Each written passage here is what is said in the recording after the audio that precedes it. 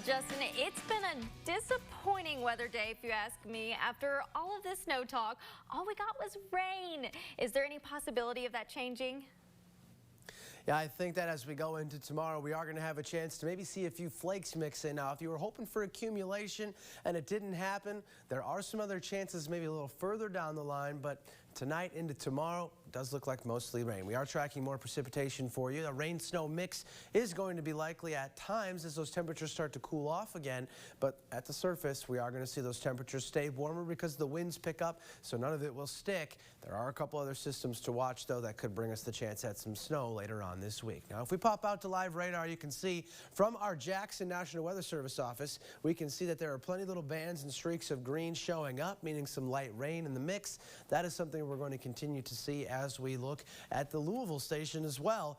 Right over Lexington right now, it's misting, raining a little bit, but it's not showing up. This is a very low cloud layer that is likely underneath the radar beam as it moves away. So over the Lexington metro area, it's going to look soggy regardless of what we see here on radar because, again, those clouds are pretty close to the ground and they are dropping out some precipitation. Now, here's a view of the whole system itself. The main band and the main one that came through earlier today is now well to the northeast. We're watching this next cold front that is going to move through. It's going to bring our winds out of the west. It's going to bring us more precipitation, and a mix of snow is going to stay to the north. But we could see a couple of spots mix some of that rain over to snow just briefly at times. Tonight, not so much. Tomorrow morning, we're going to wake up to mostly rain. Then you start to see some of these little streaks of blue. These are going to have the chance to bring with it some snowflakes, maybe even a brief period of some light to moderate snow if the cloud temperatures can stay cool enough. But you see here, temps in the mid-30s for the most part, has everything melting, and it's mostly just going to be wet for us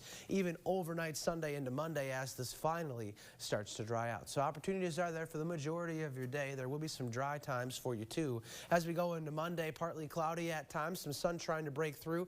Areas that get sun, upper 40s. Areas that don't, they get stuck close to 40 on Monday afternoon. And then, well, we're going to be talking about that next big thing. I'll show you that in a moment. Wind gusts as we go throughout our night tonight and into tomorrow, 20 to 25, maybe even 30 miles an hour out of the west. That is going to keep things on the chillier side for us. Keeps wind chills in the upper 20s to mid 20s overnight.